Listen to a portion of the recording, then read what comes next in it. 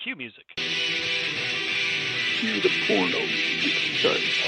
No, this one's actually not quite as swanky. It's the old-fashioned. So, why does Ray have an LWA shirt on? Is that a nod to Eddie Guerrero? Yeah, we'll talk about that. Or is it a nod to the fact that this is crazy? C2C is live. 5, 4. What's going on, everybody, and welcome back. That's right, your ears are not deceiving you if you're on C2CRadioshow.com right now, if you're on Spreaker.com, or if you're just listening in your favorite podcast device. Yeah, that's right. Corner to Corner is back. Live from the Glass Enclosed Nerve Center of Locust Grove, Virginia. We are back and live. Myself, Stan Grubb, my tag team partner, Rob Hefner, is with me. Hello, Rob. Hello. Hello. It is nice to see you today. Brian is out this week. He will be back with us. It is nice to hear you today. I do not see you. As well. Likewise. Brian's not with us this week. He will be back next week. But that's fine, because you know what? This week is not about contrarian perspectives. This week, we got a lot to talk about. It's been a while since we talked, so we're going to go over some things. It might be old news to some, but some of you might be a lot like me, maybe harboring just a little bit of angst, resentment, whatever you want to call it, towards a two-night extravaganza. Dear God, people, he's downplaying this. He has just left the whole Vince hurt me corner of the house. It took a while. He's not exactly wrong. He's not exactly wrong. So, Rob, Vince will hurt me. We'll start with that, because the biggest news that came out of the two-night extravaganza we're going to get to, but the news that followed that Monday is, well, I think we talked about it. We joked about it, in fact, but I don't know if we ever really and truly believed it would ever happen, but it sure as hell did. WWE, purchased by Endeavor, Ari Emanuel and the folks that own UFC, now own WWE. We no longer have a Vince McMahon-owned World Wrestling Entertainment. It's really weird to say. I mean, here's the thing. I thought about it as I read the different reports about it, and I was like, at first I got all excited that Vince was going to sell the company, with the prospect of somebody else owning it, with the prospect of somebody else doing something with it. Mm-hmm. And then it happened. And the way it happened is just not going to lie. I don't have high hopes for what's coming next. I mean, I sure as hell hope that now that Vince just has a job, that he is ultimately held. I just feel like it's a shell game. You know what I mean? Oh, definitely. I feel like Vince made $1 billion or $6 billion or whatever, and now he still gets to run his company, and it's owned by a guy it's owned by a company bigger than him, and now that how much oversight is this other company going to have? That's my question. Yeah. Well, there's a lot of details that are still out there. It was asked of Vince McMahon Monday morning when the news broke. This is, of course, last Monday. And it was asked, hey, are you going to be back in creative? Vince says, from a top level, yes. From a day-to-day in the weeds, no. And as soon as that was said, almost as soon as that was said on CNBC, Eric Bischoff took to Twitter and said, man, that sounds familiar. That's exactly what he said when he said he wasn't going to be in creative when myself and Paul Heyman were hired to be the executive producer or whatever, executive vice president of Raw and SmackDown. And so I started combing back through some old press releases and everything, and that sure as hell is what Vince McMahon said back then. So we had room and reason to be a little concerned about what might be going on, what might have happened. And then the other shoe drops. Monday night we get to Raw after Mania, and it's like nothing in the past 9 months had ever happened. None of the quote-unquote Triple H era had taken place. As a matter of fact, it was really more like Vince never left. We find out that Vince is not just back in creative, but got there 5 minutes before the show, Rob, 5 whole minutes before showtime, and completely rewrote the script. See, here's my issue with the whole thing. Okay? Like, this is an example, and it's going to sound bad, and I don't understand. It's just, it's an example of privilege. Mm-hmm. Right? Because anywhere else in society where you had multiple women in this day and time come forward and say, I've been harassed, he did this, he paid me off because we had sex together, he harassed me and he paid me off to get me to go away. Mm-hmm. And he himself was like, oh, this is bad, I gotta leave it, right? I mean, we should have seen something coming when Stephanie McMahon, his own daughter, was like, you know what? I'm out. Like, Dad's back. I don't like the way this looks. I don't like the way it's going on. Mm-hmm. Peace, bitches, I'm out. And, I mean, to me, it shows you how much of an ego this man has. Yeah. Well, there's a when lot. he There's said, a lot of ego I'm involved with what he does. Right. I'm just coming back to organize a television deal.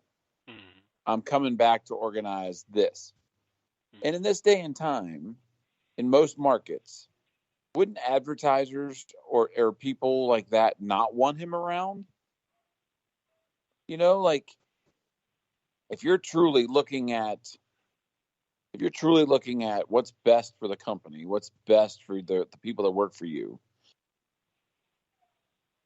you know, that's what, and then that's what the whole thing about the Saudi deal was coming out. Mm-hmm. You know, like, oh, he's gonna sell it to the Saudis because the Saudis will just keep it as an investment and then let him run it. Right. And that's what we got with this. The guy the people that own Endeavor bought this and the UFC, and they're just going to let Vince run it. Because immediately after the deal was signed, it was announced that Vince has a 2-year deal. Mm. You know, or I guess it was like 2-year ironclad contract or something like that it was saying. Like, so not only did the man sell his company for $6 billion or more, but he got a 2-year contract out of the deal. Mm-hmm. So to go back to my first point, in this day and time where we're telling people, see something, say something, you know, Right. you're basically saying, see something, say something, but guess what?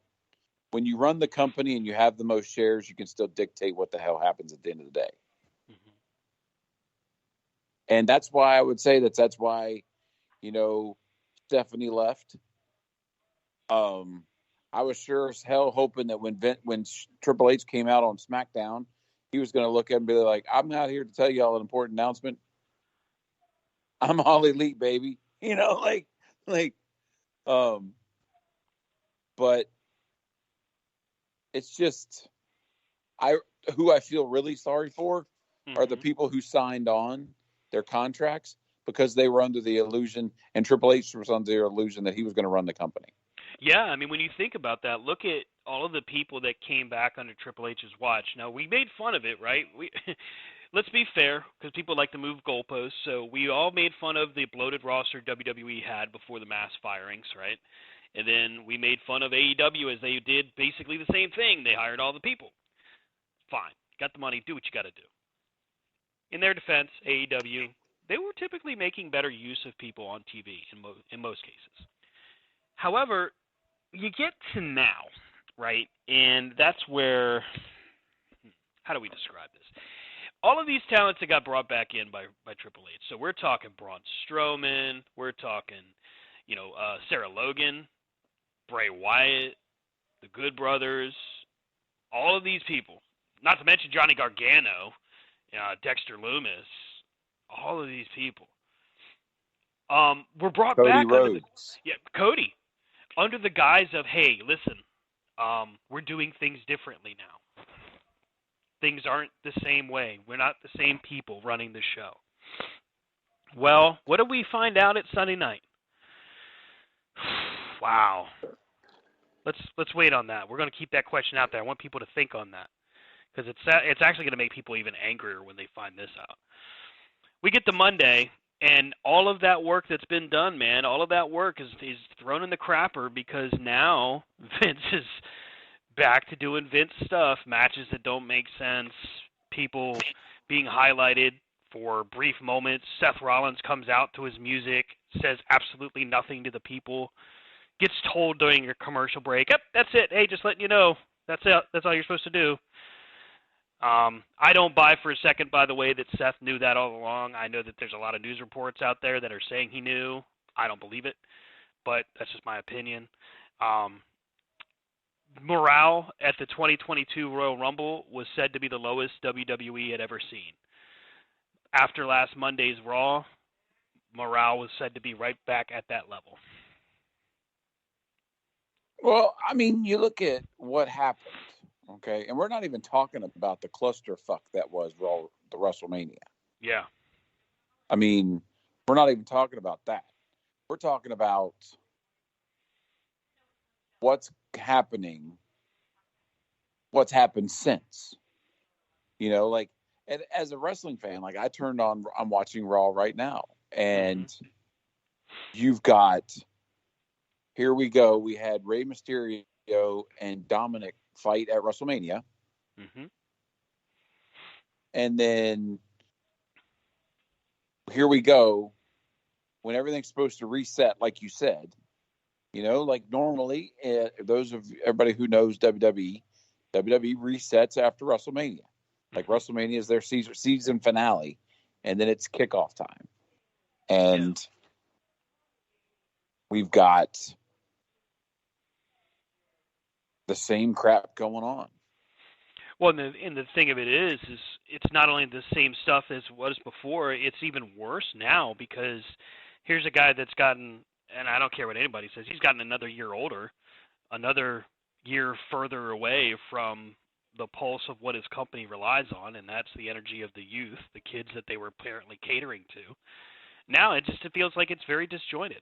Now, granted, tonight's Raw ran into all kinds of issues, not necessarily because of a Vince McMahon problem, but more because of apparently travel has delayed a ton of different talents. So if you're watching right now, Lita was supposed to be defending tag titles with Becky against Raquel and Liv Morgan, which, hey, let's be real. Lita, God bless her, she's a Hall of Famer, but moving in slow motion, it sure seemed like at Mania. So this match might actually be better because Trish Stratus is in it.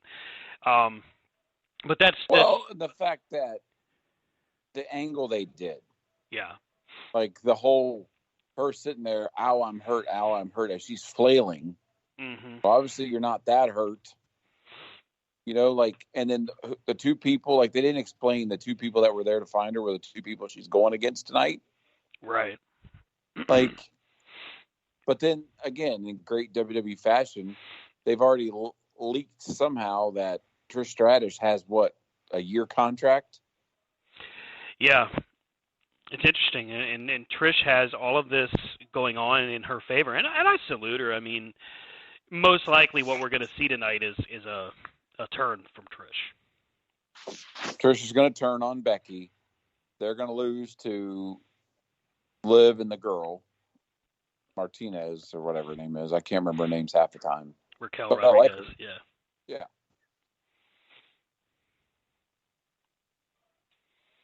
But It's alarming. I mean, I feel like I can't say I blame guys like the Good Brothers for being upset that Vince is back, because part of the reason that they were so angry when they were fired in the first place was because Triple H had promised them the world, saying, "Hey, don't you just want to be secure and all of that?" And then Vince goes right behind him and says, "Well, we got to let you go." Chelsea Green. well, If I was Chelsea Green, I'd be nervous for her too. well, and that's the thing. Like, you got these people that have come in. They've gotten rid of contracts they had elsewhere Mm-hmm. just to be. And you think about the media partners, Fox and those people, like, had been. You can't think that they had a thing of like, oh, hey, Vince is gone, great. He's not going to be good for us, Mm-hmm. And then that crap that Khan was saying about how if Peacock's interested, we'll go back to you have to pay for the pay-per-views. Right. You can get it with your Peacock subscription with ads, or if you want it, certain ones you'd have to pay for. As a WWE fan my whole life, right? I can officially say I wouldn't pay for shit right now. Like, I would not pay for it. Well, as the old saying goes, sometimes you have to go backwards to go forwards. Let's take a look back at WrestleMania for a minute. Now, night one was great. I don't know about you, Rob, but I thought Saturday night's WrestleMania show was amazing. Start to finish, Yeah. very fast-paced, and we got what most people look for at WrestleMania, and that was a conclusive ending of not necessarily the story, but of a chapter in the Bloodline versus WWE. Right. And it was conclusive in a way that made sense. We had been building and building and building to get Sammy over as a main event guy. KO has, hey, say what you want, Kevin Owens has been a main event guy. But we go through all of these pieces and come to find out, hey, listen, this is as good as it's going to get. Because we get to Sunday, and it is slower. It is plodding along. And we start to see just different things that just don't make a lot of sense. Like, for example, Brock Lesnar and Omos. Now, granted, Omos did actually get a better match with Brock than I expected. But that's not exactly a big compliment because, let's just face it, we're dealing with Omos. And Brock. Right. But you At knew least something was weird going through Sunday night. Right. Well, at least it wasn't Brock versus Lashley again. Right. If those two never meet in a wrestling ring again, or on a sidewalk, or on a playground, or I don't want to even see it craft services together. Right, yeah. We get to Charlotte and Rhea Ripley. And I think it was Shane that actually said in the group chat that Charlotte had that look on her face like she was mad that she was going to lose the title. The boo-boo face, as they call it in the biz. It was the first time I think I've ever seen that on Charlotte. Normally she's pretty stoic when she's coming to the ring. But honestly, this is going to sound bad. I don't mean it in a mean way, but she seemed like she looked a lot older while she was walking to the ring. Well, and you got to think. She was exhausted. And you got to think if the status quo from Monday was happening at WrestleMania, which very well could have been, how many times that day did they get told that the ending was going to change? Yeah. Like, she could have been, hey, you're going to keep the title, and then you'll lose it on Monday. you'll fight her again on Monday and lose it on Monday, but you'll save it at WrestleMania because Right. she is the queen of the PPV, Hmm. And like her or And not, Charlotte is very, very good. She's not the best, right. but she's very, very good. Ugh, Matt Riddle, go away. Um, but so I mean, maybe one of the reasons that she was so pissed was maybe she was just told right before she was gonna go out. Oh, by the way, we've changed it. You're gonna lose.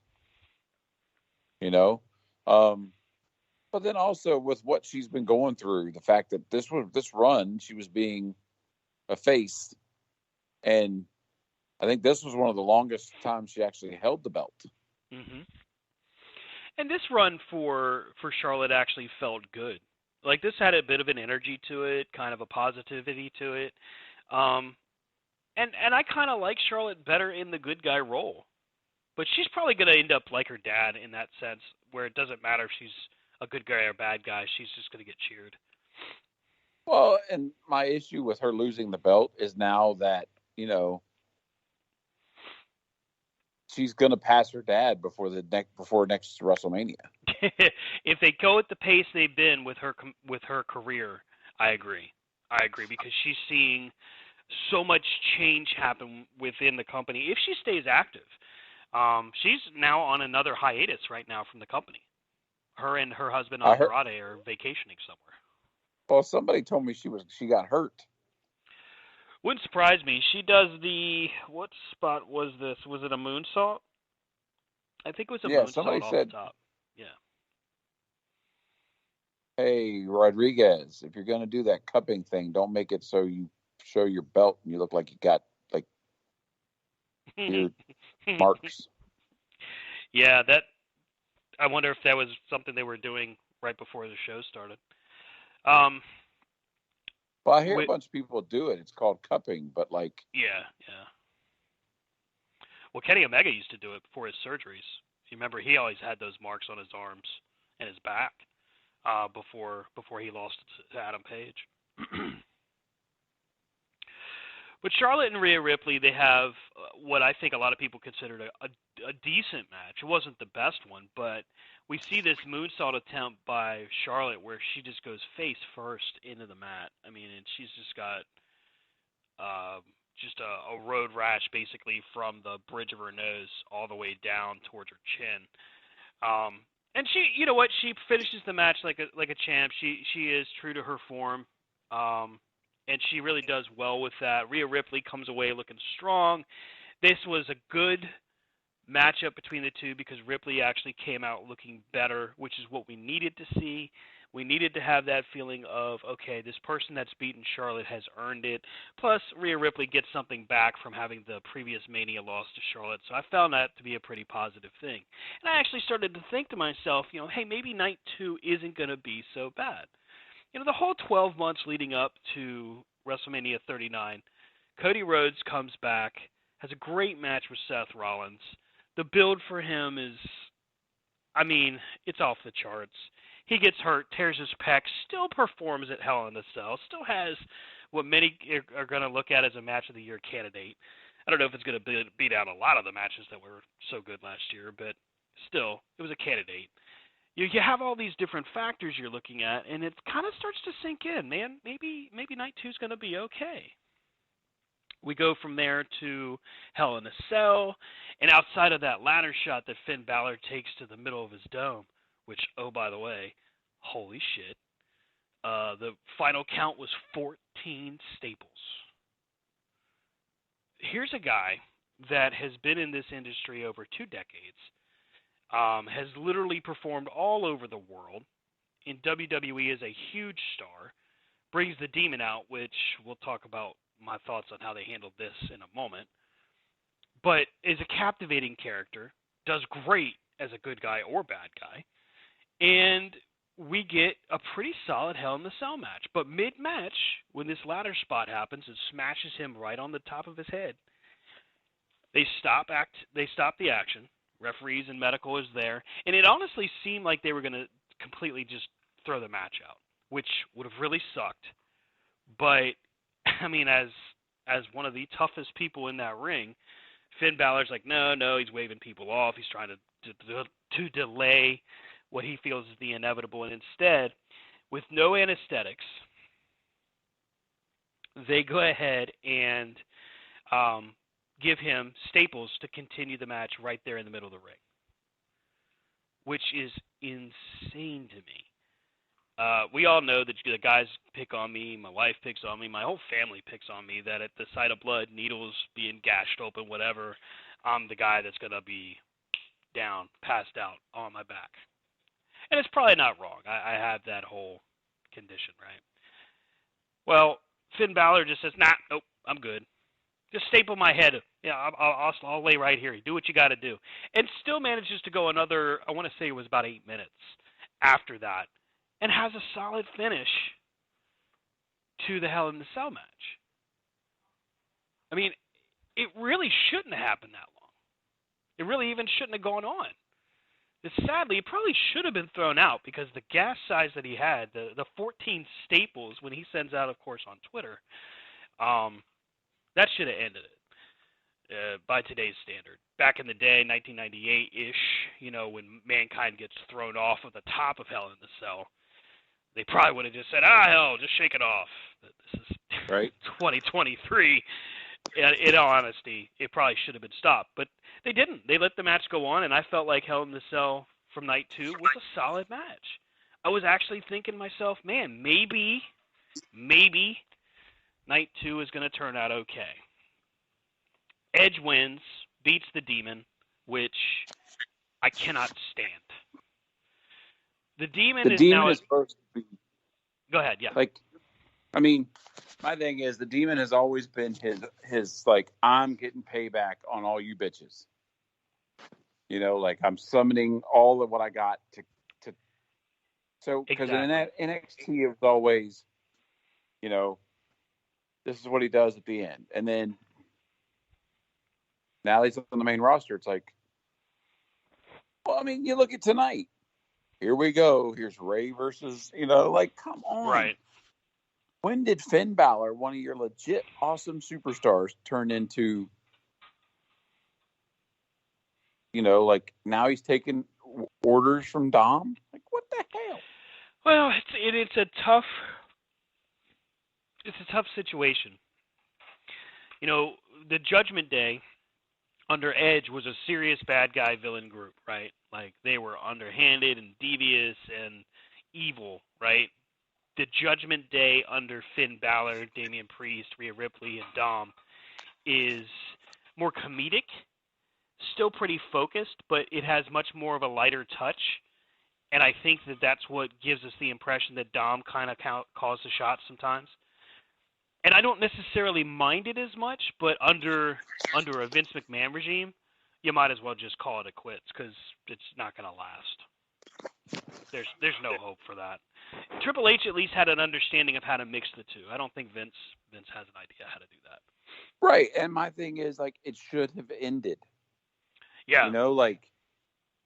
Their whole faction involvement with Ray should have been done after WrestleMania. But I honestly expected for Ray and Dom to go the direction of Ray winning at Mania, Dom winning at Mania, and then Ray winning at SummerSlam in a hair versus mask match. I just felt like they were leading to that classic luchador, how that retirement angle usually plays out. Right, he retires, and because he's retiring, he loses his mask. Right, or maybe he retires with his mask and Dom gets shaved bald. You know what I mean? It's a perfect ending to a Lucha Libre style match. Right. But, they didn't necessarily go that direction. Ray wins at Mania.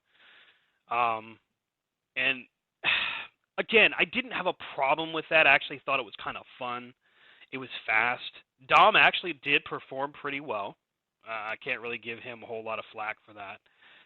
But I feel like what we're looking at is more along the lines of, is he going to have any kind of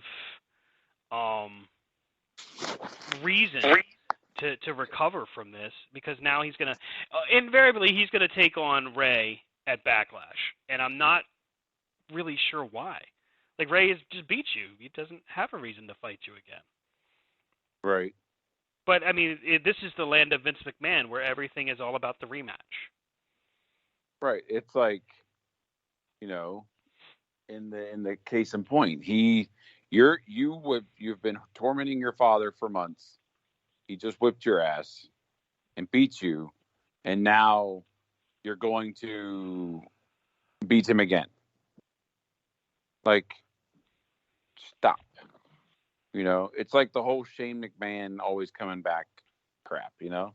Oh yeah, jumping Shane McMahon. Night 2 we should have known something was terribly, terribly wrong when Shane comes back. Apparently, by the way, that was a Triple H plan. Don't ask me why that would be, because I'll never be able to answer it. But apparently, that was a Triple H. It's probably just one of those funny, give a nod to your brother-in-law and let him kind of keep his little streak of playing at WrestleMania in the family business. It was probably meant for nothing other than, you know, just fun. But my issue with that is you've totally made The Miz into this cartoon character that no one's going to take any kind of push seriously. I hope for The Miz's sake. I mean, and let's be honest, when The Miz retires, he'll go in the Hall of Fame. He's a dual Grand Slam champion. He's done literally everything the company could ask of him, so I don't think that's ever going to be a question. But I hope that his WrestleMania payday was huge. I hope it was big, because he did get made out to look like an idiot all weekend long. Well, I mean, it's just, and they've turned it with this whole, you know, Johnny Gargano with the stalker kind of gimmick and all that. It's just, what in the hell's going on? Yeah. Here we are. They're just taking way too long in this. It's okay. I'm sorry. It's okay. You're ahead of me, so you'll see it before I do. But I'm not ahead of you. Damn. Okay. Never mind. What do you mean? I'm still in the women's match, the tag team match. Oh, okay. All right. Well, you'll see what I'm talking about. I told you this was what was going to happen. Anyway. So, oh my God. You know, Trish, that's not nice. Damn. So Trish turns on Becky. Yes, please. Damn. That chick kick was vicious. When she kicked Becky in the side of the head, you could just see Becky's soul leave her body. She's like, okay. People in the front row were like, I think I caught some of her hair clips.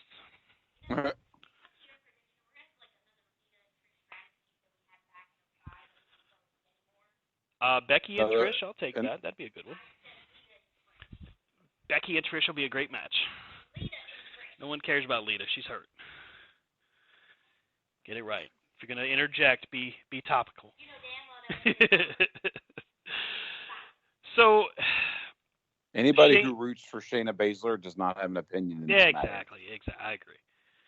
So Shane McMahon does a leapfrog over Miz, getting back on the tracks, lands, and at first, honestly, it didn't look like he hurt himself. He landed, and then he turned, and that was it. His leg just, nope, down he goes. So at first, when Miz is kind of dancing around him and kind of doing the whole, like, you know, celebrating thing, at first I thought, well, maybe he's not hurt. Maybe he just is selling, and he's going to, you know, Snoop will distract him and roll him up.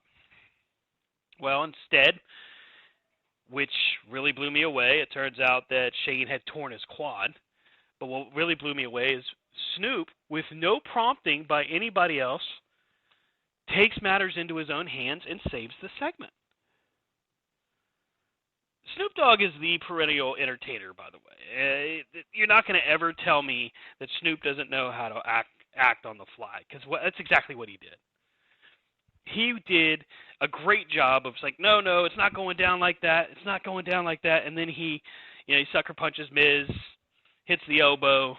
By the way, the people's elbow, not exactly the best, but again, give Snoop credit for just saying, all right, I can do this, and basically taking the segment home. Which, again, night 2 isn't going great, but it's not going awful yet. I'm like, that's not the end of the world. We have something here. And still, 12 months of build, Cody's over like Rover, he's the most popular guy in the company, they're putting him on everything, shirts, video games, commercials. You can't screw this story up. You can't. You can't mess this storyline up. Well, friends, Romans, countrymen, let me Don't tell even you. put Roman in that. Like, let me tell you exactly how bad they screwed this up. And then what's going to bother you even more is to know who was responsible. Cody Rhodes comes out to what I thought was a tremendous entrance. By the way, I loved the set of WrestleMania. I loved the entrances at WrestleMania. This was really cool. I was very excited for this year's WrestleMania. Anyway, Cody comes out. The Cody Vader's back. He rises through the floor. The crowd's going nuts. He kisses his wife and daughter at ringside. His mother's at ringside. And oh, by the way, just to add a little bit more to you, Brody Lee Jr. and Amanda Huber is in the front row with the Rhodes family. that's cool. That was cool. Gave his weight belt She was there to -1. And we have a great match. How many weight belts? Yeah, right. I think he was like 2 or 3. I don't know for sure. I think he gave away 2. I'll have to look. I have not watched it, and usually I'll watch WrestleMania a couple times because there's always something to miss. I haven't watched it again. The match itself is solid. Roman and Cody perform at a very high level, and whoever wrote this, as angry as I was, has to be saluted for putting this roller coaster into motion, not just for the 12 months, but also getting to this matchup and then having yet another roller coaster to go through during this match. So we get false finishes, he hits the spear or the Superman punch, Cody counters things. It's perfect. And then suddenly it's not. Usos run out. KO and Sammy, who had just won the night before, get them out of there. Solo Sikoa had interfered early. He had been tossed from ringside. Well, he comes back, hits the Samoan spike on Cody in the corner. Roman hits the spear. Cody's done. To say I've never been more angry at a finish of WrestleMania is putting it so ridiculously lightly. Rob said it at the top of the show that I only recently got out of the whole, like, Vince hurt me corner. There's 2 reasons why. But if you really want a good look at what my feeling was, Saturday they announced WrestleMania is going to be in Philadelphia, WrestleMania 40. Look at my wife. I'm like, man, I don't know, but maybe we should try to go. So I tell the guys, hey, what about a big group trip? Let's go to WrestleMania. We start looking at hotels. We start doing all that cool, excited stuff. Because I'm thinking this year, they got no choice. It's going to be great. So next year will be good too. Nope. As soon as this ending hit, I'm like, nah, I'll pass on Mania. I'm good. I'm like, I'm not spending a penny on a company that doesn't respect what its fans have just been built up for.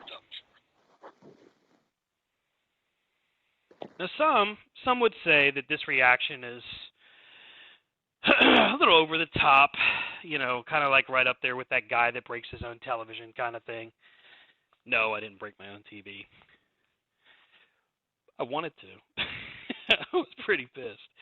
But sometimes it's good for wrestling to take you on that ride. You get into a fandom, a show, a comic book, whatever your passion is. It's good to go on a ride like that. But at the end of the day, you got to know what you're on the ride for. I felt like it was promotional malpractice. I don't know about how you felt, Rob, but I felt like WWE just basically set us up.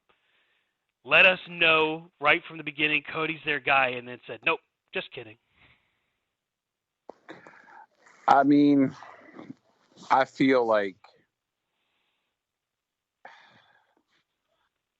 to me, them not letting Cody win, or not letting Cody win, but them ending yet another pay-per-view with everybody saving Roman's ass, and Roman coming out smelling like, oh, hey, I am the tribal chief. I am the one and only. There's nothing you can do about it. Right. If it was the fact that he whipped him and he didn't need all these other people, because, like, what are you going to do with Solo Sikoa when Roman starts working a part-time schedule and not showing up? Like, to me, them not putting the belt on Cody at WrestleMania after they did this whole great buildup, it's just like them missing the boat with Hogan and Flair back in the day. Like, they had that chance and they didn't do it. And here you had, if Roman had beat him convincingly, and not needed, again, all of the extra help. I mean, the way it finished reminded me of Roman versus Kevin Owens, where we had the 25-minute handcuff incident.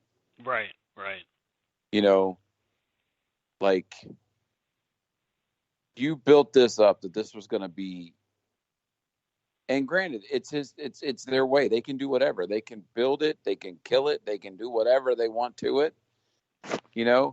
Maybe this is one of these, like,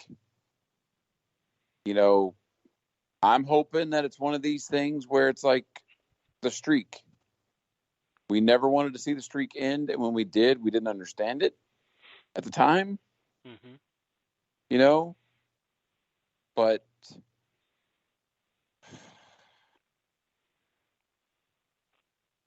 the only thing about the way WrestleMania ended night 2 was I was glad that Raw did not end differently. Because I was telling my son, I said, you watch. They had him lose, and then turn around, they're going to have him win on Monday.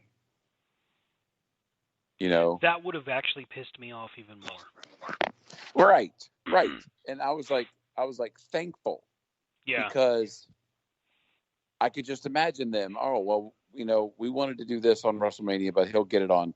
No. It would have made sense for him to win it at Mania and then lose it on Monday when the bloodline kind of kicks in or whatever. It'd have been like believable. Oh, look, the bloodline beat him down and all the people are gone, and it's no one's here for Cody. Like, oh, look, somebody mysteriously handcuffed him to the ropes. Right. And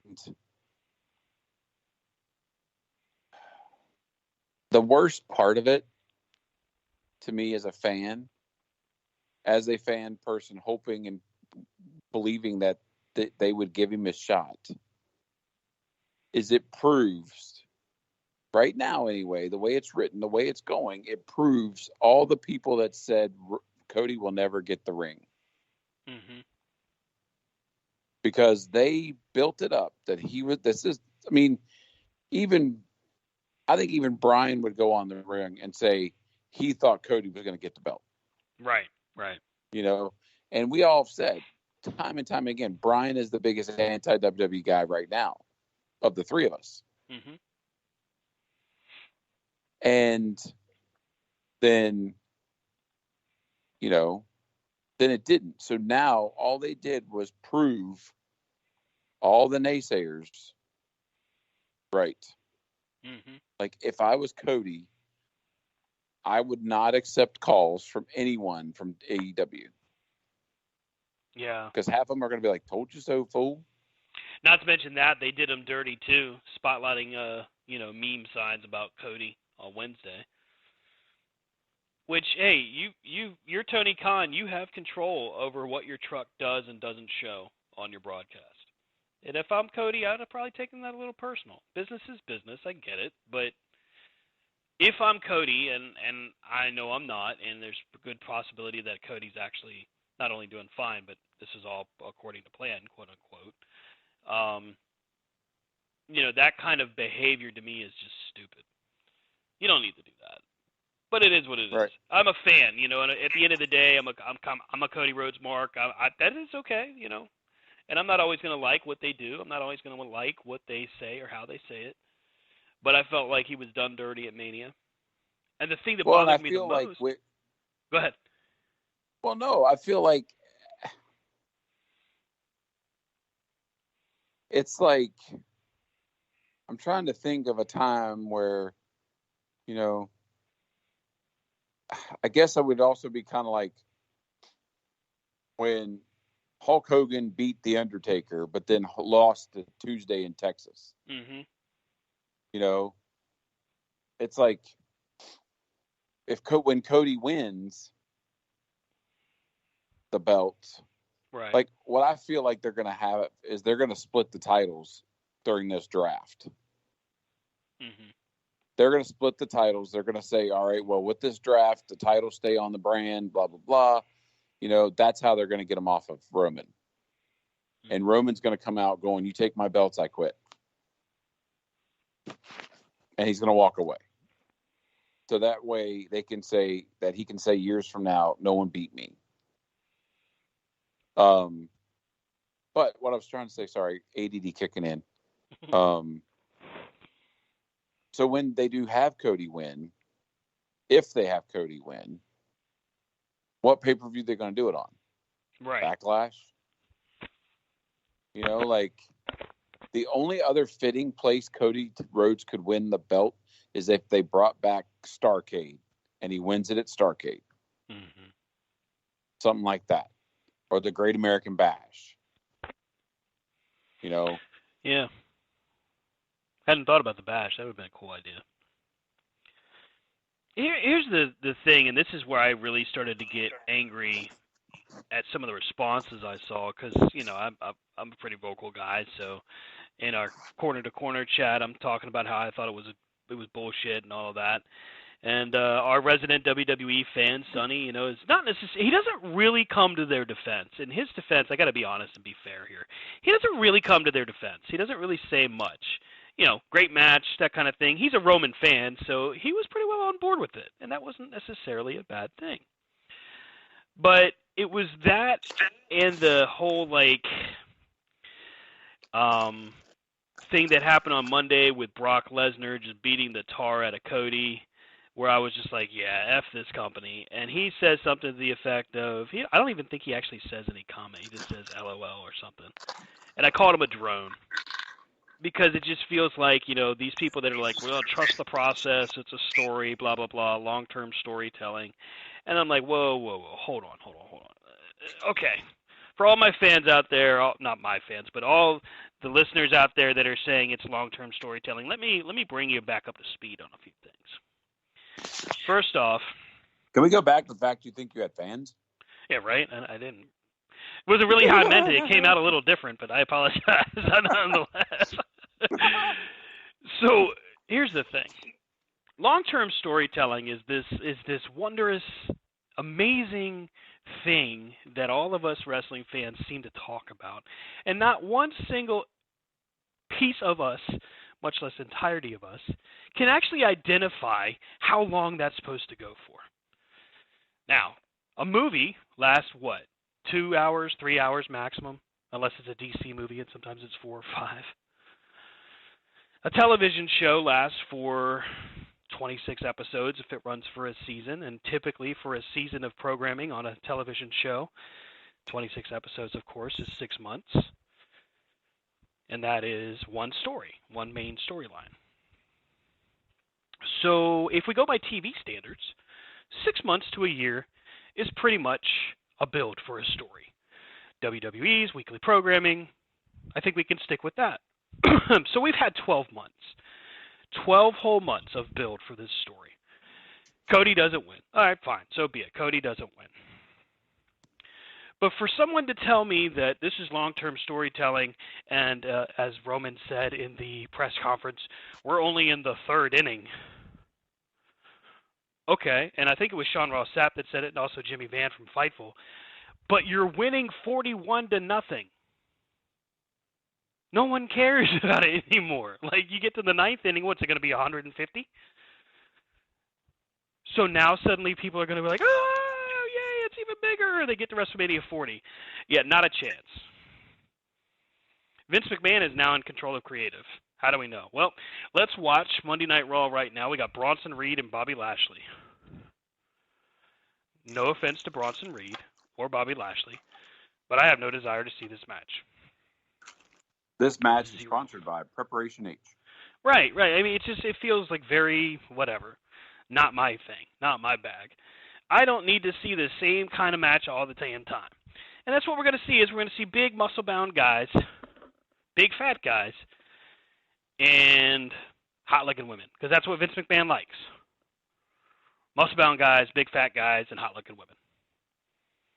None of it's going to make any sense, by the way.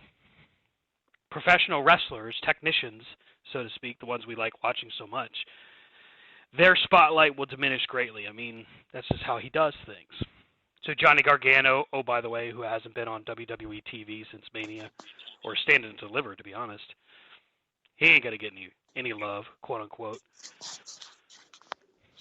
So Roman says, this isn't fast food. This is, we're making filet mignon. And to that I said, no, sir, this meat has turned. Your story went on for 12 months. You've been on top for 3 years. Exactly how long are people supposed to wait?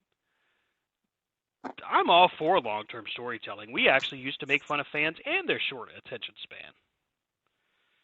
But, come on. Trust the process, really?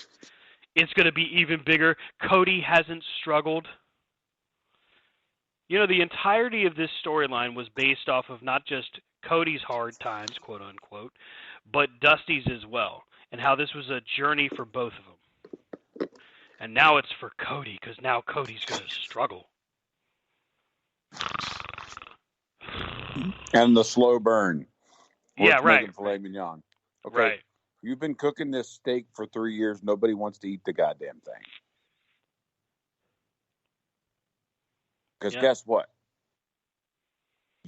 You're now the restaurant with the same damn specials every night that people don't care about. Exactly. You know, this is like when you go to that restaurant and you're like, all right, well, they're going to bring this out. Okay, and now, oh, here we go. Oh, here we go. You know what it reminds me of? It reminds me of the one and only time I ever went to an adult strip club, right?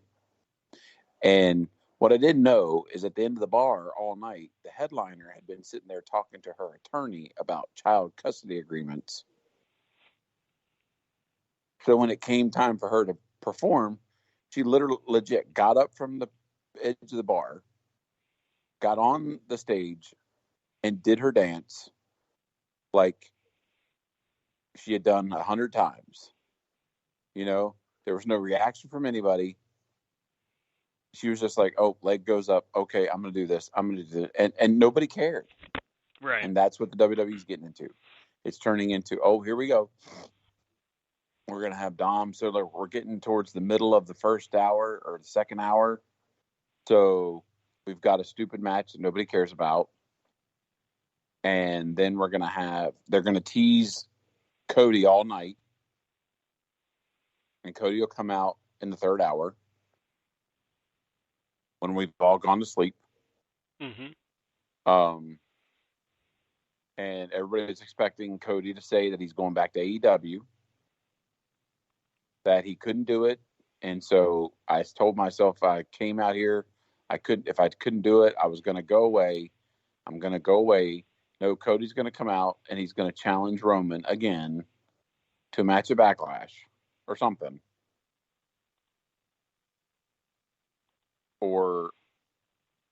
But we also have to finish this whole why in the hell did Brock Lesnar just beat him down last week? Right. You know, like what's the point of that? Why did we do that?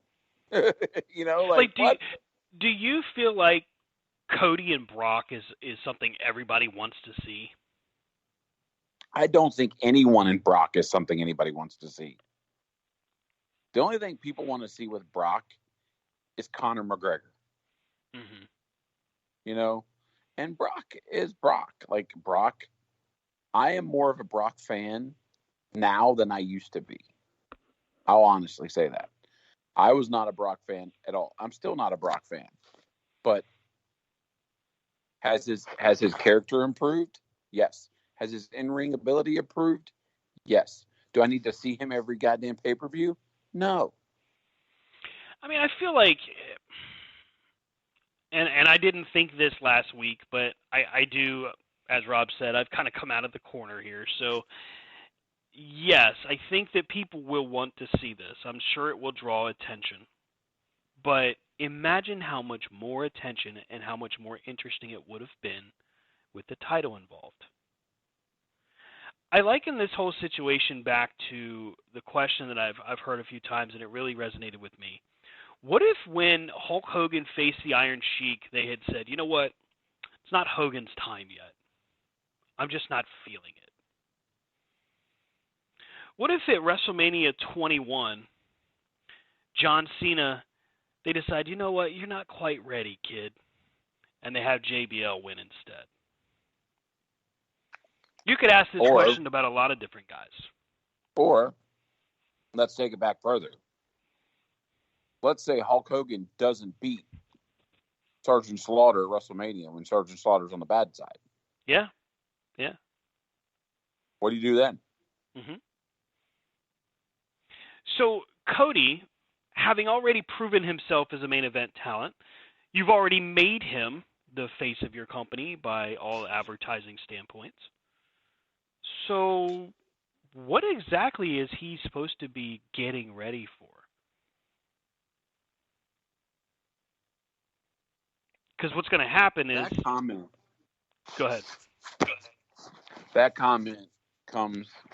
And I know Brian's not here, but I'm going to say a phrase that Brian says. That damn comment comes from your bobbleheads. Mm-hmm. Because you're taking a guy, he's not ready, or he's not whatever.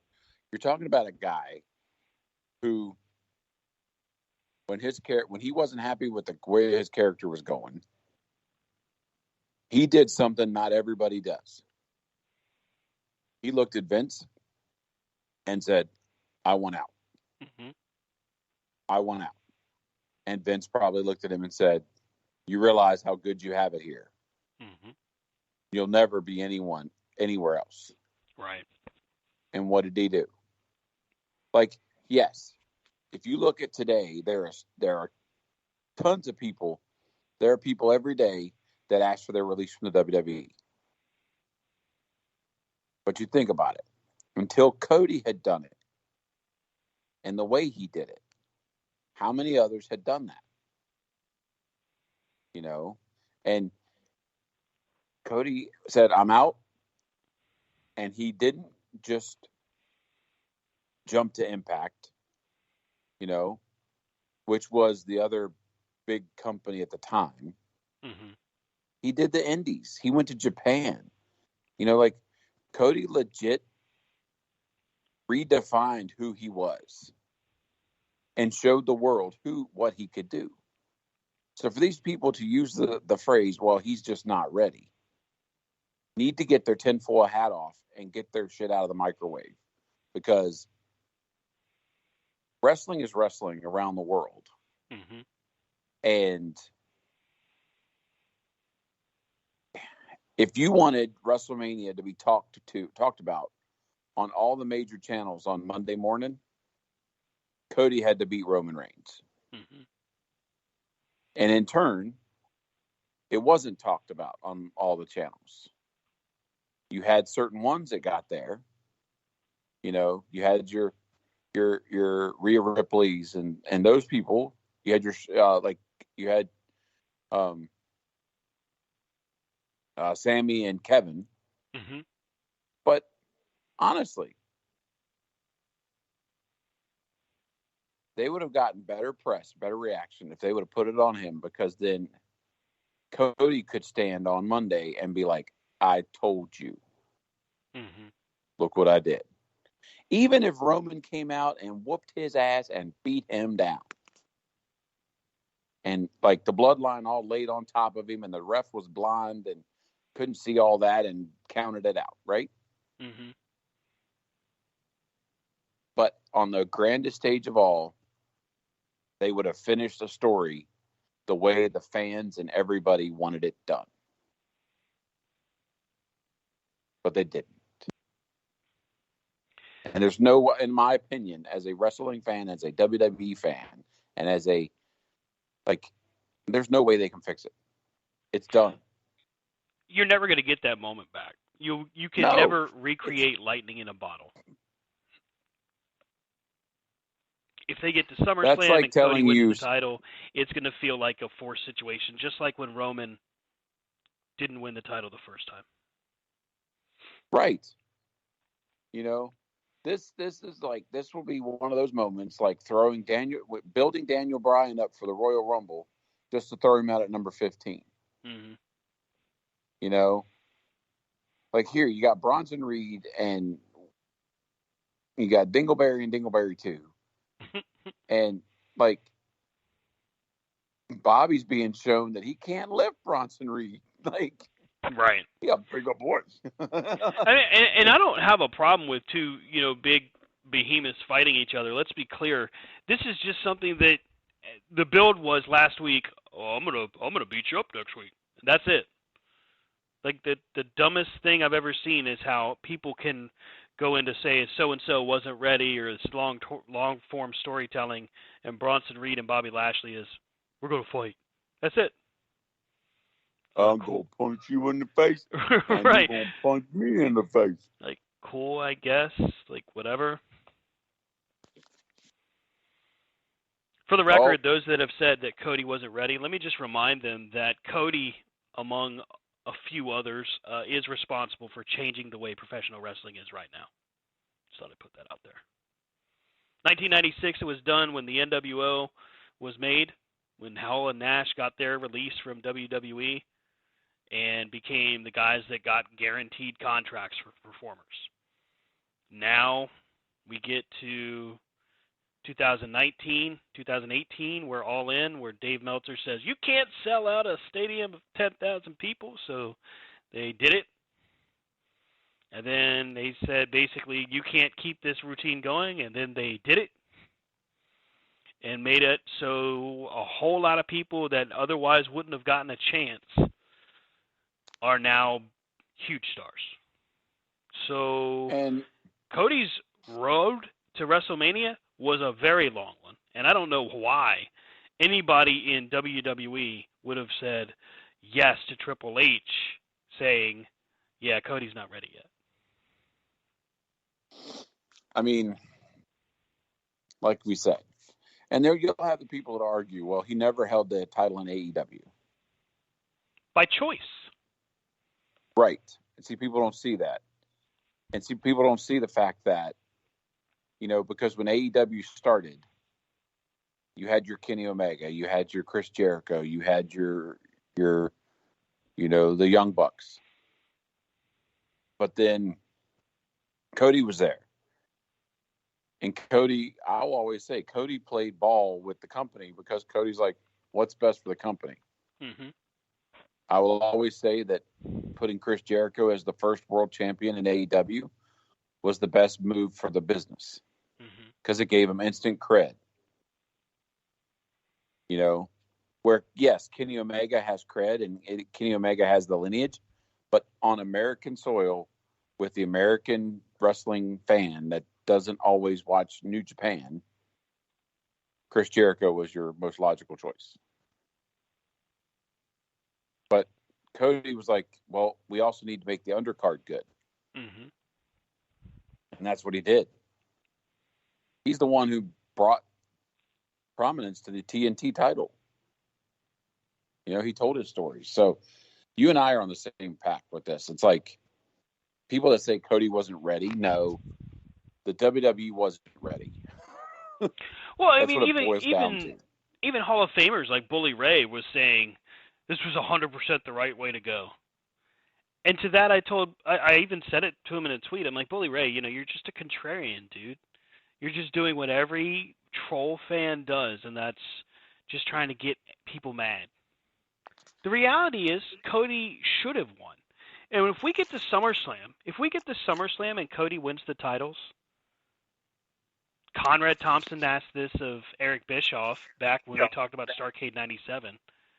If we get Cody at SummerSlam winning the title, why the fuck could we not have gotten that at Mania? The bigger stage. But no, somehow that's hard times. Look, we're not in the 1980s. We are no longer in the age of syndicated television programs where you get to watch Spotlight, All-American Wrestling, Superstars, Wrestling Challenge, and all of it pretty much recaps the same thing so you don't get new material, but maybe once every 4 months. We're in an age where it's 52 weeks a year. We get a new episode, new content. And damn, I'm wrong. They're putting him on to close out hour 2. Probably smart, because there's probably a lot of fans right now going, well, it's a Vince-run show. I'm not watching this much longer. He'll end up challenging Brock. Yeah. At Backlash. Like, if you come out, all you have to do is Cody's not ready. Just listen to the way they reacted with his music. Oh, yeah. They played his entrance, by the way. They played his music. They let it repeat 3 times at Mania for the fans to do the sing-along. If that doesn't tell you, you've got your top guy. And maybe Triple H saw that and said, this is what we get from this year. What happens if we wait whatever next year? kid that is needs his head examined, because somebody had a autographed picture of Cody. You know, the ones you buy at the merch stands? Mm-hmm. But they turned it into a sign. They wrote on the back. Idiot.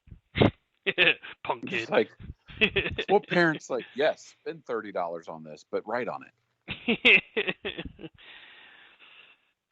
Listen, I'm happy that Cody is the focal point of WWE right now. I am a Cody Rhodes fan. I've been that way since he first started. I'm not a fan of beating the holy shit out of somebody for months on end and expecting fans to go along for the ride. Now, granted, when they did it to Daniel Bryan Danielson now, it did work the first time. It did work to get him to WrestleMania 30. It was a rough road, and there were a lot of times where we wanted to hop off. But it ultimately paid off. Then he gets his concussion, gets hurt, and he has his comeback for the following year. And what they try to do, recreate it.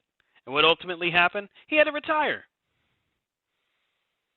And I feel like this year, this day and time, yes, it's only a couple of years, this day and time, wrestling fans, mm-hmm. they don't have today's wrestling fan is not going to sit here and do the slow burn with Cody till next WrestleMania. They're not going to do it. Right. Sure, it's possible that people can prove me wrong, but I don't know. I love that. He's like, oh, what do you want to talk about? The same thing he did at AEW that night we were there. Mm-hmm. It's going to be a tough road. That's my biggest thought process. It's going to be a very tough road to keep him at the top. I'm not saying Cody isn't capable. As a matter of fact, for those fans that go, what, are you thinking Cody can't do it? No, I absolutely know Cody can. But he has zero support. Triple H is supposed to be in control of content and creative. But Monday, last week, we got an absolute abysmal Raw. Tonight has, I don't know, I haven't seen all of it. I've seen bits and pieces. And we've got the travel issues that they've been running into. So, yeah, there's that. But why? That's the question I have. Where are they at? They're in Seattle? Right. WWE. How many years has WWE traveled? A long, long time. Right. And it's not like back in the day when these guys traveled all over the place all week long. Mm-hmm. Most of your stars are coming in from home. So there's several changes that were made due to travel. Vince McMahon is not at Creative tonight, so Triple H is at Gorilla tonight, which probably explains why we had the tag match where it was. And I bet you Kevin Owens and Solo Sikoa will be pretty good. I'm trying to pull up the report that I had because it did give us a little bit of clarity as to what happened with travel. Eric Young. Oh yeah, I learned today that Eric Young is under contract with WWE. Really? Yep. There isn't much report as to what he's doing, but according to FightfulSelect.com, he's under contract. Maybe he's Uncle Howdy. Oh, that'd be kind of interesting. WWE employees they spoke to today were still in wait-and-see mode after Friday's SmackDown as Vince McMahon wasn't there. However, they were told Vince had plans to be at the Raw after Mania before the Endeavor deal was announced. I still feel like Vince basically sold everybody a bad batch just to keep himself in the limelight and in conversation. What Vince did, sell the company. Mm-hmm. Tell everybody it's going to be a different environment. It's going to be a different environment. It's going to be great. He sold the company and then he got himself a good job, good position because he needs the money. Mm-hmm. And now it's going to be until Vince is gone, if he ever is, it's going to be status quo because no one's going to want to change anything because Vince has total control. You know, Triple H isn't going to want to change a whole lot because Vince, as soon as Triple H starts doing what he did with NXT, Vince is going to be like, now. Mm-hmm.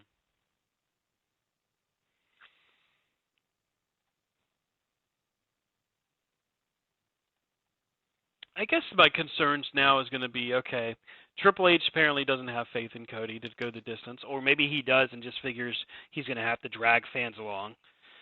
If he goes to SummerSlam, my thought process, okay, let's say he wins at SummerSlam, which could be good. If he wins at SummerSlam, he's going to have that title, 2 months, 3 months, before they do the inevitable yanking of the rug out from under him? And who do they do it with? Maybe Brock. At this point, who else are they going to mess with? Yeah, because Goldberg wasn't there. Yeah. That made so much sense. Brock coming out and teaming with him and then beating him down. That made zero sense. It's exhausting to me. It would have made more sense having Sami Zayn come out, team with him, and then turn on him. Mm-hmm. Boy, if that had happened, I'd have been even madder. No. Now, I'm glad that I calmed down, but God, I was pissed. I'm going to tell you something that's funny, and you're going to laugh at me. Okay? I didn't get right away when he said he's the American Nightmare. I didn't get, it wasn't until, about a couple months later after listening to his name, I'm going, oh, I get it. I get it now. Yeah. Because I just didn't put two and two. I'm like, But you know why they had to do this with him? You know why they had to use those logos? Because he's got it tattooed on his neck. I mean, I'm glad that we get Cody Rhodes' full presentation and not just a piece of it. You know what I mean? That was a good thing. When they brought him in, I was afraid, okay, well, they won't call him Cody Rhodes, or they'll change him from the American Nightmare to something else, or I'm glad to see that they let him keep his entirety, keep his music and everything. I mean, I'm glad they brought him in and let him do what he does. If I was him, I'd be a little afraid the fact that during WrestleMania week they unveiled a new Mattel Stardust figure. Yeah, that would make me a little nervous. I mean, like, I told Stan and I told the guys, like, after they unveiled the new figures, I said Cody must have it in his contract that he's like, all right, I have to have within the first quarter at least 5 figures from Mattel. Well, I mean, he must have had that in his AEW deal because God, every single set that came out, we had another Cody figure. that's what I'm saying. Because I've never like I've never seen them bring out a figure, an elite figure on an injury. And they are bringing out a Cody figure based on his torn pec. Which, was just as gross to look at on an action figure, by the way, as it was to watch when he fought with it at Hell in the Cell. Right. It's like nobody else got Triple H never got a torn quad or whatever figure. Comes with complimentary soft bandage to wrap around his quad. They never brought out a Sid Justice broken ankle. Oh my God. Ew, that's so nasty. But maybe they did bring out Dante Martin gets one. action. Yeah, they did. Maybe Dante Martin gets the broken leg thing. Maybe that's the gimmick they give him. Poor guy. I feel so bad for him, and for fans that have talked about it. It was a dumb spot in some regard, but there's no way they could have known he was going to land like that. When they discussed that spot, he's planning on landing through those tables and just selling. He's not planning on breaking his leg or landing on his feet or anything like that. That's just a freak incident. You can't blame Pentagon Jr. or anybody else. It was a gross damn leg break, though. Very gross. News wasn't all bad after Mania, though. We did get a couple things. One, just to keep it in the WWE realm, and then two, to head over to AEW. We are going to get another draft. As of this past Friday, Triple H announced that all superstars were eligible for the draft, and it was going to, quote-unquote, change the game. So maybe we get some creativity out of this draft. I'm not always supremely confident that the draft will do something good, but I don't know. What do you think, Rob? Should the draft resolve any of this uncertainty that we have out of Mania? Nope. Yeah. I think the draft is a way of, it's their way of saying, hey, we're going to help, we're going to give fans this false sense of, we're going to help each other, right? Mm-hmm. Because I remember the first couple drafts they had, and we're like, oh, yeah, this is going to be fun. This is going to be great. And then it was, all right, the titles will never change hands. Or, like the whole, who was it? Was it the Street Profits and so? Was it New Day and Street Profits that just handed the belts to each other? Mm-hmm. And then I saw the report that they've said that now it's come out that the Street Profits will be broken up with the draft. Now, if they did it truly like a draft, like once the draft starts, all belts are vacated and we have like a true like reset, that would be good. That would be fun. I mean, even if it said like, all right, we're going to have a reset of SmackDown and Raw tag team titles, and the Usos end up going to SmackDown and getting the tag team titles. Okay, woohoo, you're the 56-time World Tag Team Champions. Right. But at least we had a moment of like, ooh, Well, when it comes to the draft, I don't even necessarily have to have the titles reset. Just set them distinctly apart from each other. Have Raw tag titles, have SmackDown tag titles. Have Raw Women's Championship and a SmackDown Women's Championship. Have the Universal title and the Raw World title, or whatever you're going to call it. You know what I mean? Like, have them separate. Roman Right. shouldn't have both titles. Yes, Roman is their number one guy. I get it. I'm not a fan, personally. I mean, the Bloodline storyline was extremely compelling, so don't misunderstand. It was a great story, but it should have been over by now. Because for all the fans that are tired of Roman like 3 years ago, Cody wasn't wrong. It took almost 8 years for Roman to finally take off. And the only reason that happened was because it was the bloodline surrounding him. I mean, literally, you put Paul Heyman, the Usos, and Solo Sikoa in the mix with him. You built a crew for him. Now, Roman did improve, so I'll give you that. He is deserving of where he is right now as far as his spot, quote unquote. But mixing the titles again was a stupid move. Because if you're a fan right now and you're tired of Roman, and you decide not to watch, I'm not going to watch when Roman's on. Well, Roman's got both titles, so Raw and SmackDown are now out for you. What, are you going to watch NXT? No.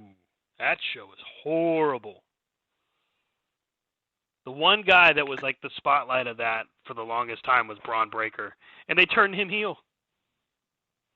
Not that Carmelo Hayes is bad. Carmelo is actually pretty good. But not very many people are aware of it because NXT is, generally speaking, just awful. So who's going to watch that? So you got 2 titles on Roman. Everybody else you can kind of separate. Like Gunther, however you want to pronounce it, with the Intercontinental title, I kind of dig that run. His match with Drew and Sheamus was great. Austin Theory as U.S. champion, I could really do without Austin Theory. Like, I don't need to see him on my TV anymore. But as it stands right now, he's your U.S. champion. So if we have a feud with him and Matt Riddle, or if we have a feud with him and Rey Mysterio, whatever the case may be, at least it's something different. Well, and I think it goes back to, like, if you were going to have, when Roman won and beat the entire universe, then they should have combined the belts.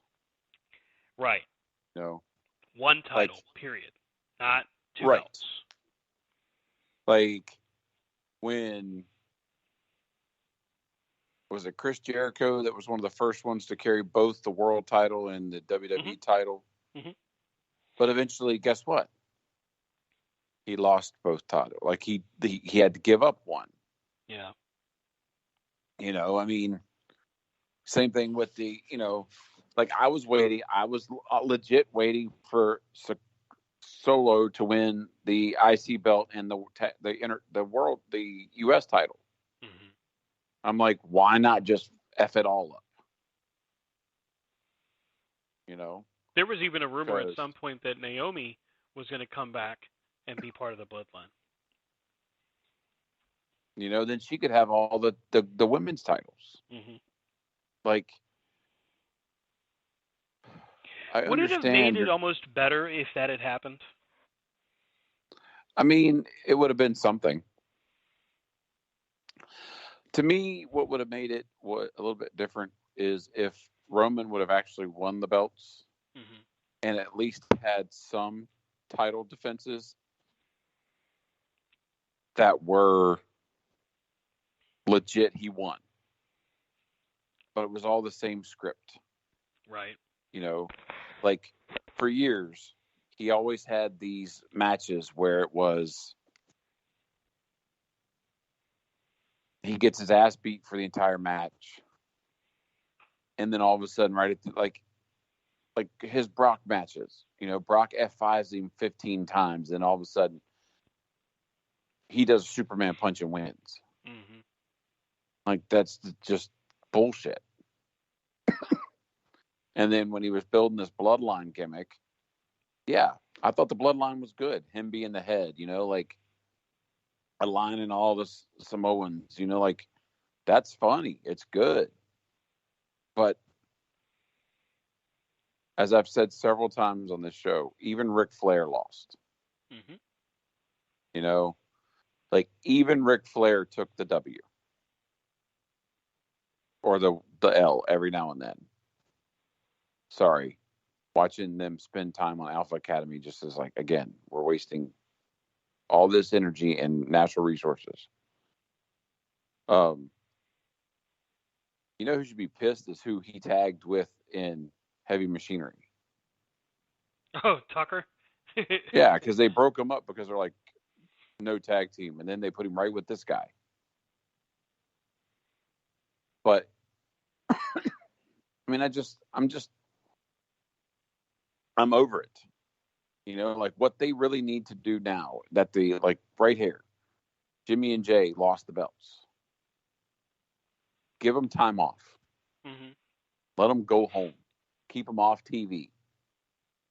Do appearances, whatever. Like, we don't need to see the bloodline right now. But here we have, you know, they lost the belts and now they're fighting these guys for what reason? Well, thank you, Vince. You know? Right.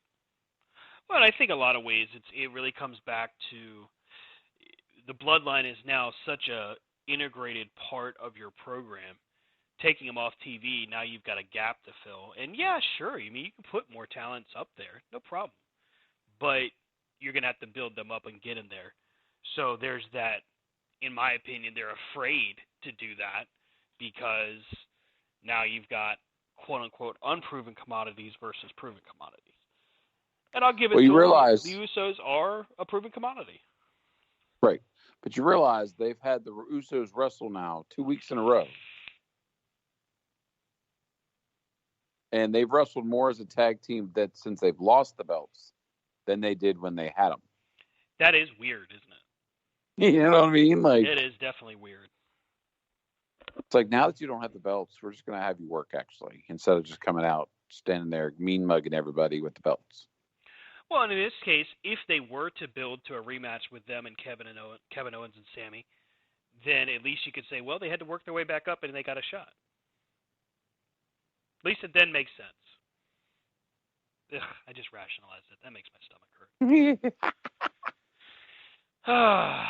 So, other good news that came out of this past week. Over to the AEW side, AEW announced they're going to Wembley Stadium for All In 2. First off, going to London isn't necessarily the big news. Going to Wembley Stadium, though, that is huge. And it is a huge risk. Rob, how many thousand fans did WWE draw SummerSlam of 92? I don't know. It was close to 80,000 fans at Wembley Stadium. In Wembley? Mm-hmm. Well, I mean, like, to me, Wembley Stadium is like when you play London, mm-hmm. you play Wembley Stadium. Right. You know, it's just like if you go to Australia, you want to play at the Opry House. You know, if you go to New York, you want to be in the Garden. You know, it's just like you don't want to be down the street in, you know, Long and Foster Arena or whatever the hell they call it. You want to be at the ones that are landmarks.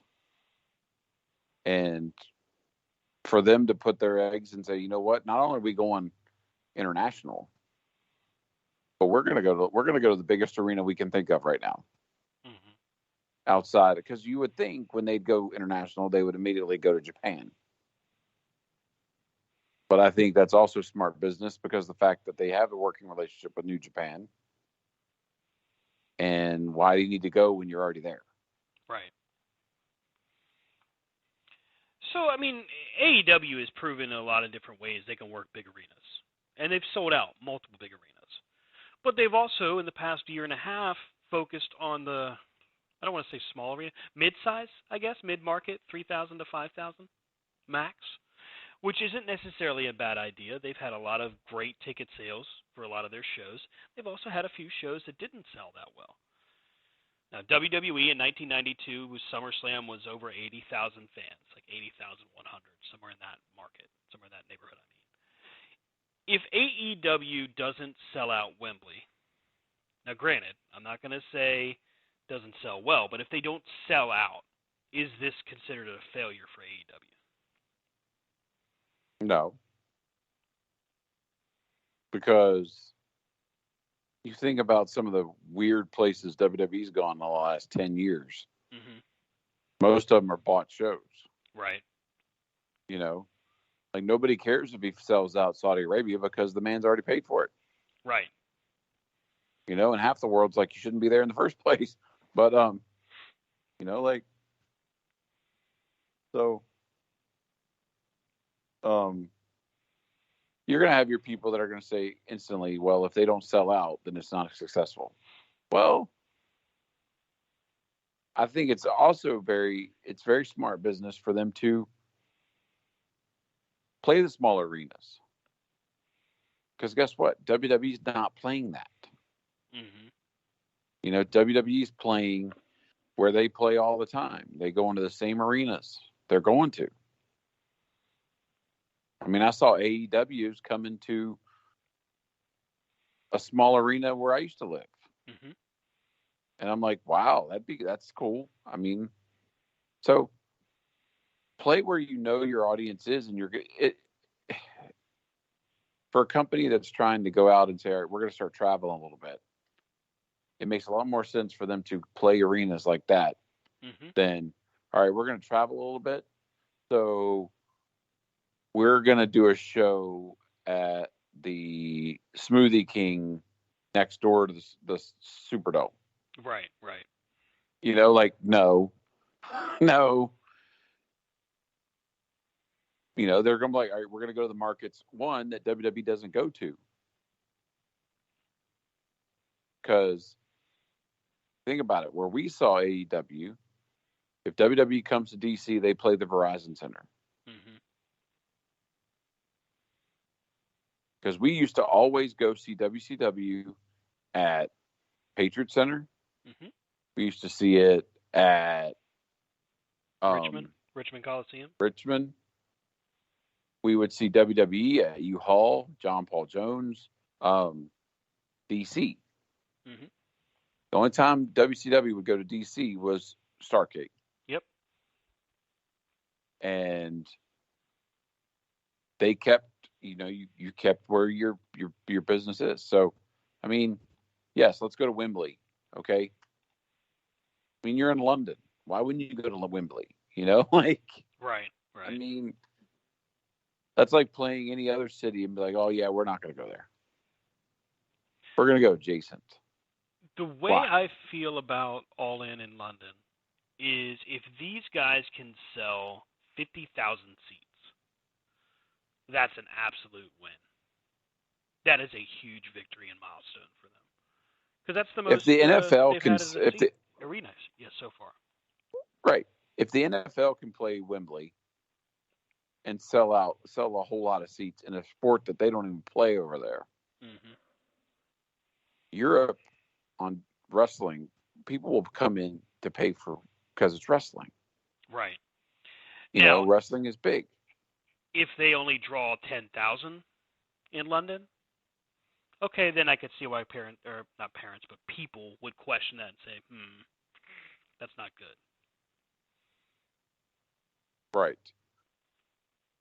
You know, and it's all on how, again, like it's also going to be how it's presented. You know, because we've all been at wrestling events that have been in arenas that were like, ooh, this shit is empty. Right, right. You know, but they make it work and they make it do. And so, but what I also like about them being in Wembley or just they're going for one of their big pay-per-views. Mm-hmm. They're going to a pay-per-view. They're going for a pay-per-view that's already built its cred, its history. They're not going over there for Clash at the Castle. Right. Or whatever. They're going, because the reason I think WWE did well at SummerSlam 92 is because it was one of their shows. It was one of their benchmarks, you know? It wasn't Backlash or the coronation or it was just. So I think it's also smart that they're doing it as established pay-per-view and not, let's add another show and let's just do something over there. Yeah. That's what WWE's doing with Backlash in Puerto Rico. And I think Backlash will probably be a huge hit. I think they'll do really well with that because, one, you got Bad Bunny, he's a worldwide sensation. He's going to sell tickets. People will pay to see him just to be there. And I don't even listen to his music. I just recognize the fact that the man is a draw wherever he goes. So you have an opportunity there. I feel like AEW has and are very under the radar-esque, building on a story that could really pay off really nicely in London. This build of the Blackpool Combat Club against the Elite is really interesting. And we could honestly, if we could see that pay off in London, ooh, that could be huge. And with all this growing talk about, Tony making more and more moves, maybe we get a couple of returns, maybe we get some surprise signings, who knows? But I have more positivity about all of that. Hell, I've even got more positivity about CM Punk coming back than I would have about a post-WWE WrestleMania, a post-WrestleMania WWE. Mm-hmm. The damn shame. Burn in hell, WWE. Can't sleep. WWE hurt me. No. I feel better this time than I did a few weeks ago, but yeah, I was furious. And I get it, man. There's a lot of fans out there that maybe wouldn't have said or maybe wouldn't have reacted as I did. Some of them were just saying, it's just a show. I get it. I hear you. You're probably right. But think of it like this. Like I'm in the process of moving, right? I've had a lot of stuff going on, and a lot of that's some personal, private stuff. But the one thing I can tell you is that valuing your mental health and taking appropriate steps to take care of yourself is a big deal. So imagine you're going through all of this stuff that just kind of put you down in the mud, so to speak. And the one thing you're looking forward to is what you consider a slam dunk, right? They're not going to screw up something as easy as this. This is an easy, happy ending storyline. Easy. And then you watch what happened at night 2 of WrestleMania. Because after night 1, you're like, oh, they're gonna nail this. Seeing Sammy and KO win the titles, you're like, oh man, tomorrow night's gonna be awesome. That's how I felt. Like I watched it Saturday night ends. I'm like, dude, can't wait for tomorrow. That's gonna be cool. But they proved us wrong. So coming from that, kind of going into that with the mindset of this is the thing I'm looking forward to. Stuff around me, my kids are great, so don't worry for those listening. They're fine. They're doing good. But everything else around me outside of that has just been up and down. And it's been very tenuous, put it like that. Strenuous, even better. So to come into it, and people get like this for everything, right? So you go to a football game, like you go to see the Redskins, now known as the Commanders, play, or you go to see, we've had it happen. How many different pay-per-views, Rob, did we watch where we were expecting something cool to happen, like Halloween Havoc, remember, 96, where Savage and Hogan? Oh, yeah. And we're so pissed. Every sport has something. Right. Every sport, like as you said, like if you like a football team and your football team signs a player and you're like, oh, this is going to be the year. And then they come out and they lose 2 games. Everybody and their brother's like, oh, nope, told you they still suck. Yep. And so, yeah. Are we pissed at WWE? Yes. Are we going to still pay attention to it? Yes. Are we still going to get excited about some angles? Yeah, we are. Mm-hmm. It's the same way of Daniel Bryan versus MJF. Right. We paid attention. We were hoping and praying that Daniel Bryan was going to beat MJF. Did he? Nope. Were we pissed? Yes. Did we get over it? Yes. You know, it's just like when, when all the Marvel movies started. What was the one thing everybody asked about Marvel movies?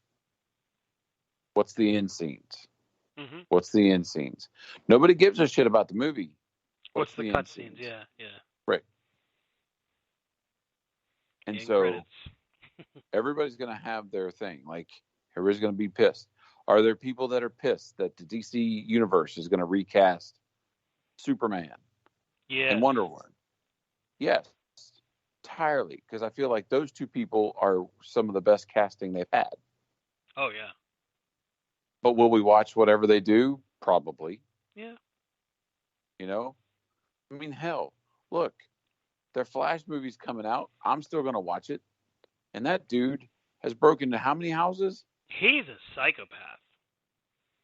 He That is an man's nutsy absolute nut. cuckoo. But Yeah. But the movie's supposedly going to be great. yeah, because it's got Michael Keaton in it as Batman. Yeah. Can't wait. Can't wait for that.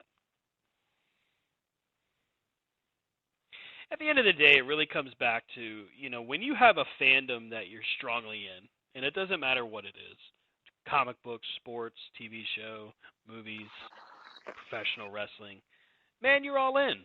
And that's how you are. And at the end of the day, you're going to have your opinions, you're going to have your emotions, you're going to have all of those things. And yeah, there's going to be times where you're so sucked in that things fade to the background. And no, that's not always a good thing. But it happens, nonetheless. Rob made a good point. We're going to end up seeing WWE still. I'm not spending any money on WWE, and that's going to be a good while before I make that decision ever again. Because I do feel like, as many times as we've seen this kind of a storyline set up, the last thing I want to do is actually pay for tickets, go and get to that moment, and then be that let down. I would feel like I had just thrown my money in the toilet. I couldn't look myself in the eye after that. I would never do that again. I don't know how you feel, Rob, but I still don't think I could ever feel comfortable like that. I mean, my thing is when it comes to something like WrestleMania, would I pay to go see WrestleMania? I would go not because of I would go for what it is. It's like the Super Bowl. Right. If the Super Bowl was nearby, or like even when Super Bowl was in New Orleans, right? I actually had the thought, because where we lived at the time, you could go to the local airport and for $50 get trips to New Orleans, like plane tickets. And I had thought about taking my son down there just to do all the hubbub that went with the Super Bowl. Yeah. Not go to the game because ain't nobody got a kidney to donate. But then it's like, I thought about it, and I'm like, it's only because it's the allure, the pageantry, But you think of WrestleMania in a stadium like that. Seats you can afford, you ain't gonna see shit. Because what you normally look at a football field, you have 100 yards, right? Now you're taking your 100 yards and putting it in 10 feet or 30 feet of a ring. That's cutting down on your visual. So you got to have good ring, and none of us got money to thousands of dollars for ringside seats. So yeah, I'm with you. Will I watch WWE pay-per-views every once in a while? Why? Because they're on Peacock and I get Peacock free with the cable. Right. Same here. Do I pay for them? No. Yeah. AEW. Will I watch AEW pay-per-views? Yes. Why? Because there's good wrestling, good storytelling, and Brian pays for most of them. And hey, I don't usually mind paying for pay-per-views either from AEW, because I feel like even if I don't like the way a match ended, generally, the matches are good. Like, there's a few stinkers here and there, but it's pretty rare, actually, that there's been a bad AEW match. And yeah, I mean, the Danielson MJF Iron Man match was kind of a kick in the balls, but at least we all kind of knew how it was going to go. Like, I think when we last talked about it, we all kind of knew, from a prediction standpoint, we all kind of saw how it was most likely going to play out. And that was okay. Now, it wasn't the greatest of finishes. I still think we could have seen it better, but at least we kind of knew what we were in for. And yeah, look, there's going to be fans, and I know there's certain fans that listen to this show that are like, Jesus, Stan is just holding on way too hard. Yeah, maybe. But I recognize that, and I don't ever mistake the fact that I am this animated and emotional about it for being a sucker. No, I know exactly what I get into when I'm a professional wrestling fan. You know, you're down for the ride.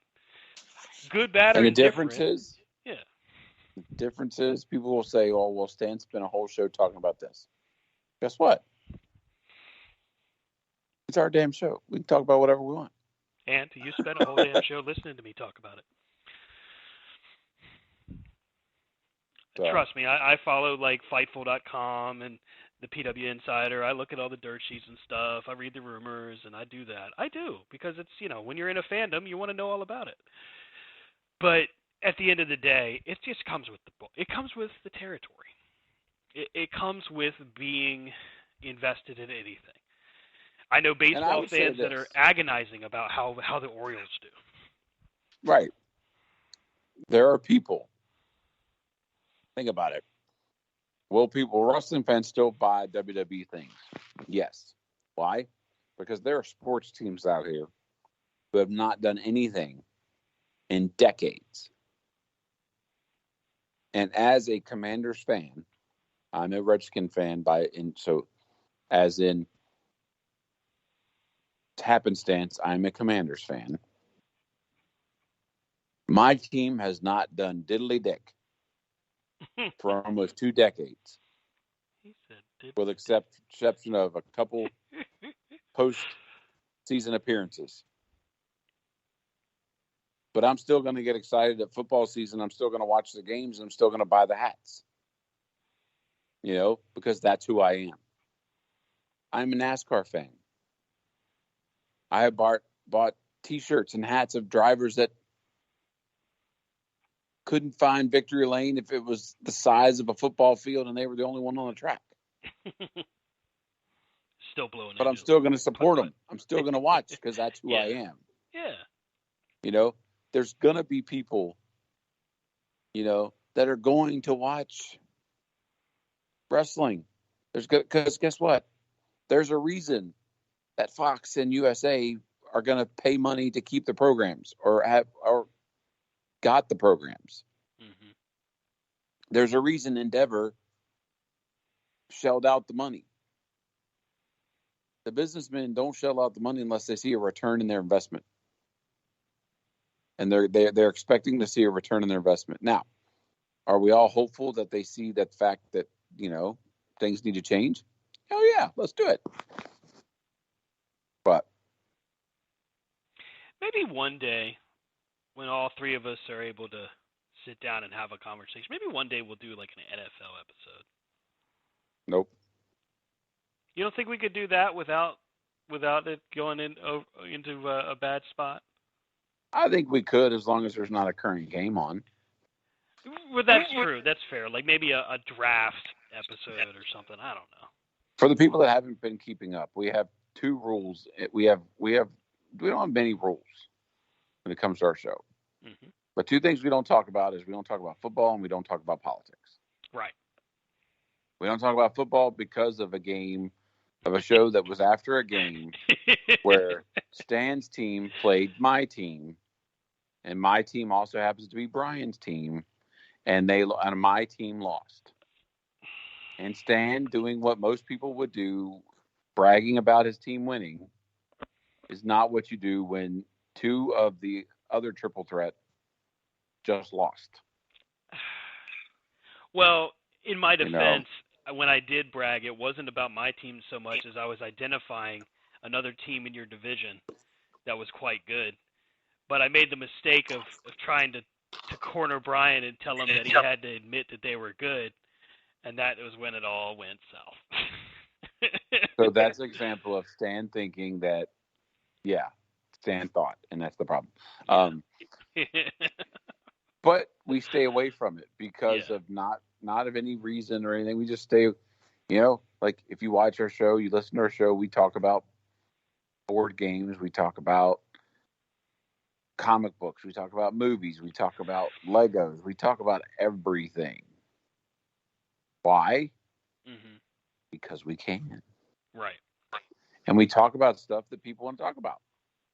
And if there's nothing to talk about in the world of wrestling, which if WrestleMania Night 2 hadn't been a royal clusterfuck, we wouldn't have anything to talk about. We'd be talking about, yay, Cody's awesome and it was great. You know what? That's a good point. God, it's going to hurt me to say this, but had Cody won, would we have been bored this week? Probably. We'd have been like, oh, look, WWE got bought out. One billionaire sold out to another billionaire. Mm-hmm. Whoopie-doo. Ew. Does that mean that Cody losing was actually a good thing? You know? Ew, gross. I feel dirty. What's even worse is the fact that I, for the first time, have an All Elite crate in my hands. Ah, yes. Have you opened it yet? And I could do spoilers, but I have yet to touch it. Wait a minute. You haven't I've opened yet it to open it. You've had it all day. I when I got home from work, when I got home this afternoon, it was here. And I was like, ooh, it's here. And I have yet to open it. I mean, you got to open it on the show. That's Brian's thing, though. That's Brian's thing. Again, we got to know our roles. All right. All right. Not going to give you a hard time. I'm going to let you respect it. And I think that's very nice of you. But Brian was going to tell me what was in it because I was like, what's in the box? But I didn't want him to spoil it for you. So when are you going to open it? Well, I feel like I have to open it because you bought it. I just won't tell you all what's in it. Okay. Because if I don't open it, I'm going to be at work tomorrow, and then Brian's going to be like, oh, look, I opened it. And then I'm going to be like, motherfucker. Look what I got. The other side of this card contains the spoilers for this crate.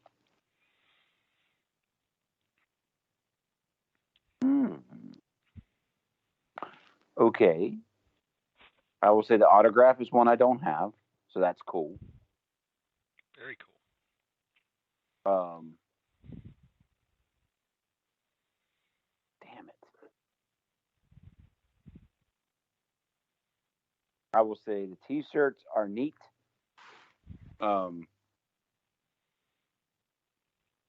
There's one I might wear. Might. Oh, so it's not a Redeem These Nuts T-shirt?